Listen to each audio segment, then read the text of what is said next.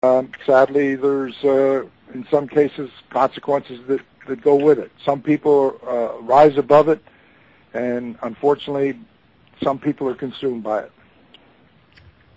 Tully, I don't know how much interaction that you had with Chris in your respective times in the business, but obviously, this particular question might be hindsight. It might be 20/20 because we're obviously dealing with the tragic loss of an entire family here, and this particular issue might be secondary. But it's a question that I'm sure it's definitely being talked about, and it's a topic that's being talked about. The legacy of Chris Benoit as a professional wrestler. And myself and my co-host Blade were talking about this before the program. The fact, obviously, Chris had a very integral part of the Four Horsemen during the mid to late 90s in World Championship Wrestling. Obviously, you were part of the original Four Horsemen, which, again, the fans, if you to a certain extent, Blade, if you live in a cave or a hole in the ground, you can check out that Four Horsemen DVD put out by World Wrestling Entertainment. Check out some of Tully's great matches. But do you think that, obviously, yourself and JT representing the Horsemen, is it a matter of Chris isn't someone that you want to know now, that you don't want to see Chris as a member of the Horsemen? Is this something that you think that Chris's legacy is entirely erased? Exactly, especially when it comes to the Four Horsemen. Well, I may have a different take on the Four Horsemen. JJ will attest to this, that when I walked out of the ring in Philadelphia, the last night that we performed as Four Horsemen and World Champions, and put the titles on Midnight Express, I told JJ as we stepped through the ropes that this was the end of an era. And WCW tried to put countless numbers of performers together and called them the Four Horsemen to make it happen. They never were the Four Horsemen. They never sold out buildings every night for year after year. They never performed at that level. And just because you stick the name Four Horsemen as you try to kick a dead hog in the rear to give it some life and sell some tickets, I never would consider anything after when Arn and I left the Four Horsemen as part of the Four Horsemen. That's my opinion. So, Chris was a great performer in his own right, and that's his legacy. Again, we are joined by J.J. Dillon and Tully Blanchard, two of the legendary members of the Four Horsemen right here along the airwaves of the Monday Night Mayhem radio network. We're going to be talking as well, Blade, NWALegends.com, the official website for the NWA Legends Fan Fest this upcoming August, literally about a month and a half away in Flair Country, Horseman Country, we should say more or less, in Charlotte, North Carolina. Sort of changing gears a little bit, obviously, because, JJ, I know that you and I had talked off the air before the program last week about how we do have to go forward as much as we want to spend an entire program talking about Chris Benoit and the family tragedy. I think that, just turn on Fox News or CNN and you'll be completely, completely suplexed with coverage, shall we say, covering the entire tragedy of the past week. But let's talk about where we go forward from here. Tully, there's an interesting remark that, after the WWE Vengeance pay-per-view that JBL made. And I wanted to get your thoughts on this because I don't know if you were made aware of it or if you've had the chance to speak publicly about it.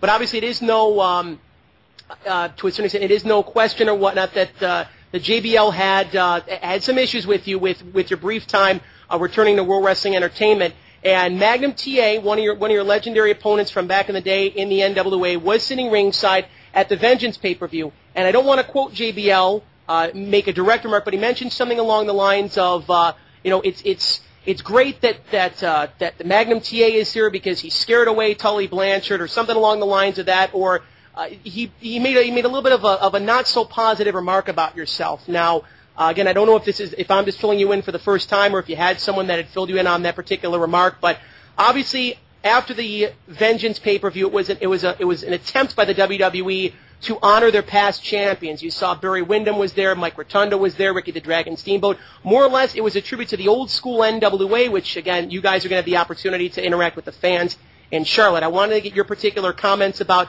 not only that remark, but your brief return to World Wrestling Entertainment as a backstage producer and road agent, as to exactly why you decided to part ways with the WWE.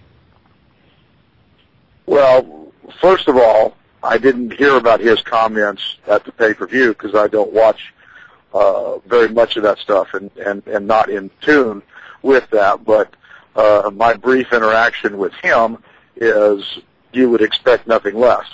But my return, I didn't return to the WWE. That's where everybody's misconception. I was flown up there to observe, to see if it was something that I would like to do. Period. They never offered me a job. Well, I take that back. They did offer me a job, but they never talked about finances. They never talked about the things that you would talk about if you were gonna be hired by an organization. And in the course of my sitting there for 2 days, watching the Raw show and watching the SmackDown show, and backstage, and the wrestling business has passed me by. But the determining factor of me not pursuing or going forward was really a conversation that I had with Chris Benoit when he asked me Tuesday afternoon if I missed it. And I told him, I said, I don't miss it. This is 17 years after the fact. This is not what I do and what I think of and what I dream of, driving down the road with JJ night after night, thinking up different angles and thinking up different finishes and thinking up this and throwing this one out because it was crappy and taking this one because it was good and then going to present it with Dusty, to Dusty and making it happen and see how much money that it would vault us through the next 6 months and things like that. That's the guy they wanted, and that's not the guy that I am. And the things with JBL, that was nothing. That was a one-sided conversation with a guy that I don't even know where I ever met him.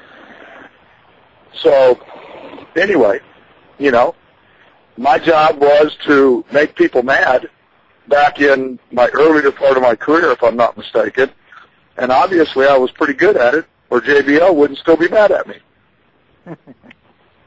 It's a good point, and most importantly, we appreciate your candor about that, Tully, because, I'll be honest, it was this is one of the misconceptions about the Internet is that now we know the honest-to-goodness truth, whereas before and it was widely reported that you were part of the WWE for a brief period of time. So that's a sort of honest and open opinion that you're going to be getting here, the truth on Monday Night Mayhem. And I know that, JJ, with your past appearances on the Mayhem, it's very hard to decipher that word truth in professional wrestling. And I think that, again, when it all comes back to the Four Horsemen, that you guys were about being real with the fans, whether you loved us or you hate us. I think that your boy Ric Flair said it, that you are the best thing going. Let's talk about this. Let's talk about this Legends Fan Fest.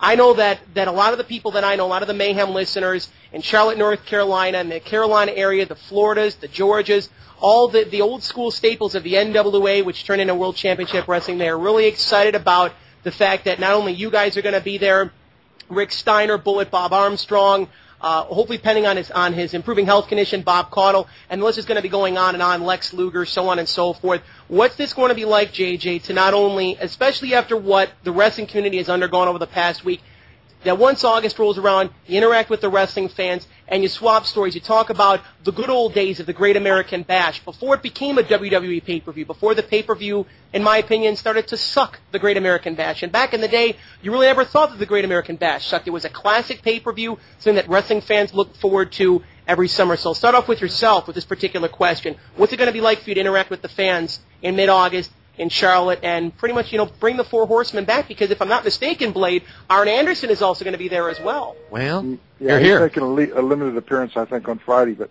there's an old adage that applies to just about everything in life, and it's to get respect, you got to give respect. And I think we showed respect as performers in the 80s by the work ethic, by giving the fans everything that they anticipated, everything that they wanted, and in most cases we tried to give them more. So now, 20 years after the fact, as Tully is saying, we're respected because it took a while for them to see the current product, to see the course that the business went, and all of a sudden the appreciation for what we did during that period of time is now kind of under the microscope, and fans respect us because of what we did give them at that time, and it's a wonderful thing. This is not my first fan fest, but I'm excited that they're ongoing, and that so many guys that and some of which preceded me. You know, I see somebody like Rip Hawk there. And when I first went to the Carolinas, Rip Hawk and Sweet Hansen were tag team legends managed by Gary Hart, and drew a ton of money in the Carolinas. I look forward to going back to these events to see people that were in the business that influenced me.